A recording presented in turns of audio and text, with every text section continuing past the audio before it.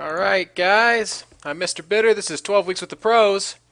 We're going to be talking about Terran versus Protoss with QXC today. So, don't go anywhere. I'm going to get him on the call, and we're going to get started in just a short minute.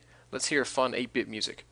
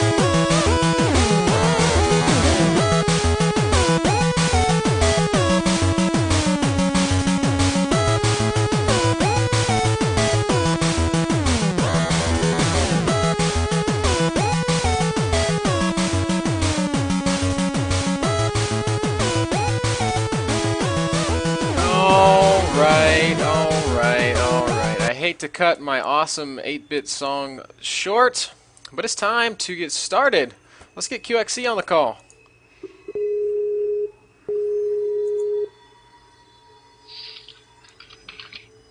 Hello. Hello, sir. How are you today? Pretty good. How you doing? I'm great. I'm excited to get started. I stayed up all night playing StarCraft, so I still feel like I have the sexy morning voice going on, because I literally rolled out of bed like an hour and a half ago. Awesome. So I'm feeling bright-eyed and bushy-tailed. How are you today? Good. It's 10 p.m. here, so my day is mostly over. Cool. Cool stuff. It's 4 p.m. here, so there's no excuse for me just now getting up. I feel like a complete waste of flesh, to be completely honest. But we'll just pretend like it's been a productive day. Sounds Uh, good. so today we're going to talk about Terran versus Protoss, Mr. QXC. So I would love if you could kind of, in a nutshell, talk to us about how you like to approach this matchup. The basic thing that I've got going right now is I don't do tech builds in general. Hmm. I'm not doing any. Basically, every build opens bio and then either uses the bio to get early pressure or transition straight into transition either or expand. And then from there, the general unit composition that I'm aiming for is Marine, Marauder, Ghost, Viking, with a couple medevacs. Hmm. Usually add the Ghosts a bit later. Viking's definitely more important early on. The moment I see Colossus, I'm going second starport, double reactor, getting a lot of Vikings out, and then making sure to get my double upgrades going All right. quickly. That sounds like a pretty standard Terran versus Protoss, if I can use that word. Uh, but when I watch you play, there's still things that you seem to do that a lot of players don't. You're constantly abusing Terran's mobility. Yeah, that's right. Or maybe I should say abusing Protoss's immobility. And you're constantly trying to deny expansions and bases and just be annoying in that QXC fashion. How much does Right. that kind of harassment play into your style? The main point here is I try to always stay up at least one base. Hmm. And if I can't stay up one base, then I try to prevent. Basically, there's a couple ways you can stay up a base. One, you can prevent them from taking another base. Hmm. The other thing you can do is every time they take a base, you take a base. Or initially you take two bases when they take one, and then you just continuously stay up one base. Okay. Now, are you Um, safe to double expand after Protoss does a single expand? Is that something you can get away with? it depends on the build orders that each player is doing and who's involved. Sometimes it won't be the first expansion, but say like when Protoss takes his third, you might take your third and fourth at the same time. Okay.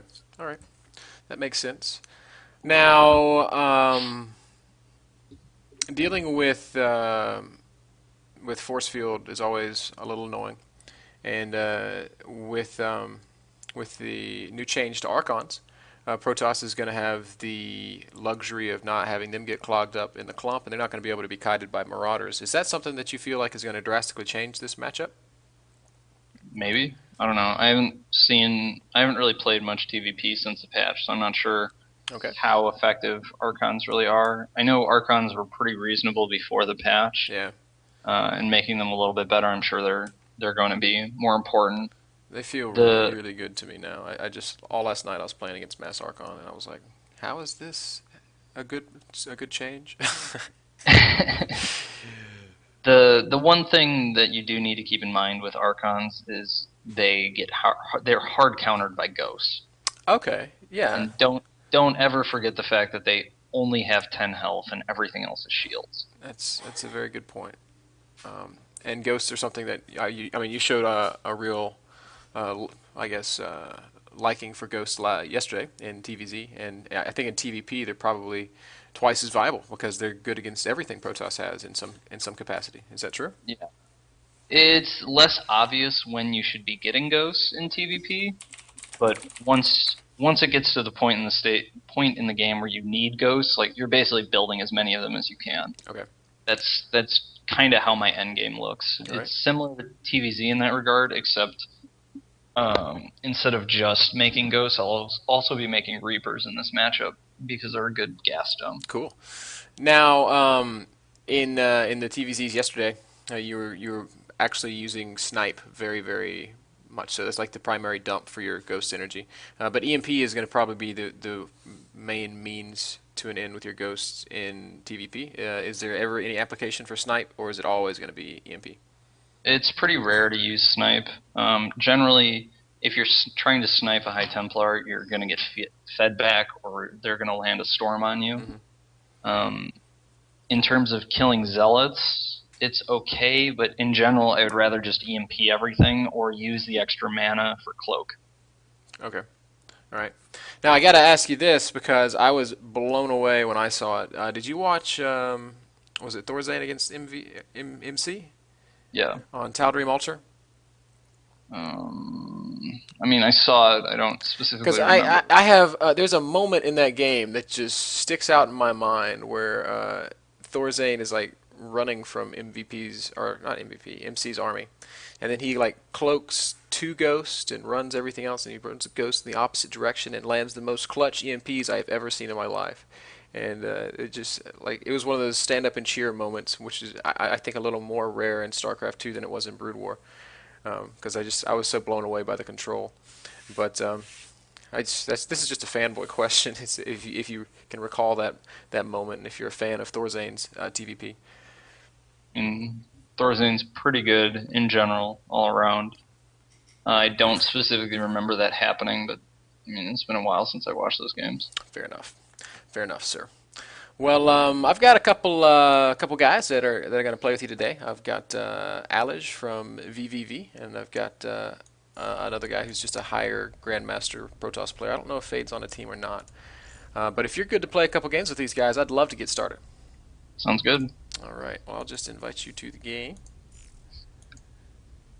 Team Revoki, he says. Oh, yeah, I played in one of their tournaments. Oh, there you go. There you go. Excellent. All right. So first game's going to be Metalopolis. I like to pick Metalopolis first because it's kind of the it's sort of become the I guess the hallmark map of StarCraft 2, at least for these early this first year. Any particular things about this map that you want to make note of before we get started? The only thing that I would say is it's kind of sad that this is the hallmark map because it's not actually very good at all. I can certainly agree with that point in some capacity. But of all the maps that rolled out with the original release, I think this is the only one that's even playable. To be honest. So, but anyways, let's just get this thing going. You ready to rock? Yeah, let's do it. Let me make sure he's ready. All right, there we go. All right. So first question is going to be a simple one. What is your opening going to be? You showed us a strict adherence to 2 racks yesterday in your Terran versus Zerg. Is this going to be all about 1 racks expand?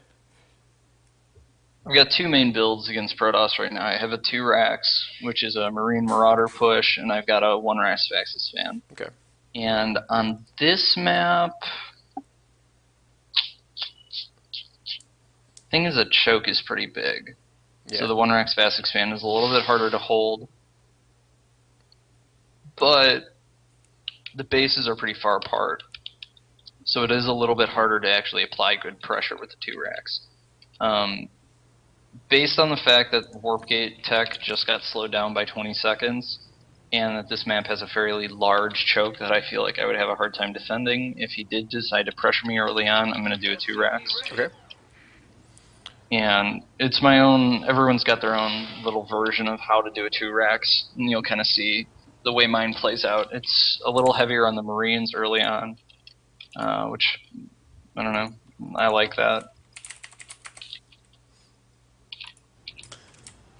Alright, take off the overlay because I'm sure people would much rather watch QXC play than look at my splash screen with the wrong dates. So you mentioned 2 racks, so I have to ask, this is MLG Metalopolis, which makes proxy 2 racks super good. Is that something you ever mess around with, or do you feel like it's too committed?